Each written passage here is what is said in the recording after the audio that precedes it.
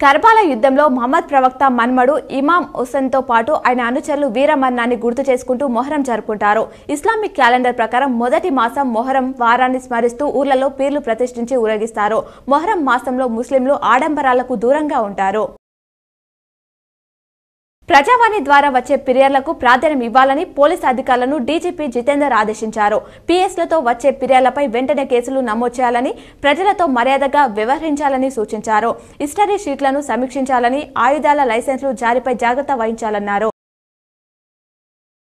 రాష్ట్రంలోని 8 కొత్త మెడికల్ కాలేజీలకు ప్రభుత్వం 872 పోస్టులను మంజూరు చేసింది. కాంట్రాక్టు పొరుగు సేవల విధానంలో వీటిని భర్తీ చేయనుంది. ప్రొఫెసర్కు 1.90 లక్షలు, అసోసియేట్ ప్రొఫెసర్కు 1.50 లక్షలు, సహాయ ప్రొఫెసర్కు 1.25 లక్షలు గౌరవ వేతనంగా నెల చెల్లించనుంది.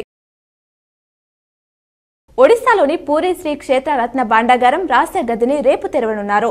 ఇందుకోసం ఉదయం 9:51 నుంచి మధ్యాహ్నం 12:15 వరకు శుభముహూర్తంగా నిర్ణయించారు. ఈ నెల 14న భాండాగారంలోని తొలి 2 గదుల్లోని సంపదను తాత్కాలిక స్ట్రాంగ్ రూమ్ కు తరలించి వీడియోగ్రఫీ చేయించినట్లు అధికారులు తెలిపారు.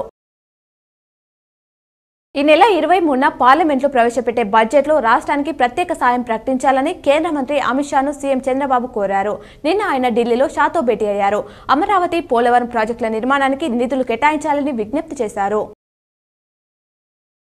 రైతు రుణమాఫీ పథకంలో భాగంగా రేపు గురువారం రూ.1,00,000 లోన్ ఉన్న అన్నదాతల అకౌంట్లో సాయంత్రం 4 గంటల వరకు ప్రభుత్వం డబ్బులు జమ చేయనుంది. అదే రోజు రైతు వేదికలో రుణమాఫీ లబ్ధిదారులతో సంబరాలు జరపాలని నిర్ణయించింది. వీటికి మంత్రులు, ఎమ్మెల్యేలు, ఎమ్మెల్సీలు, స్థానిక ప్రజాప్రతినిధులు హాజరవుతారు.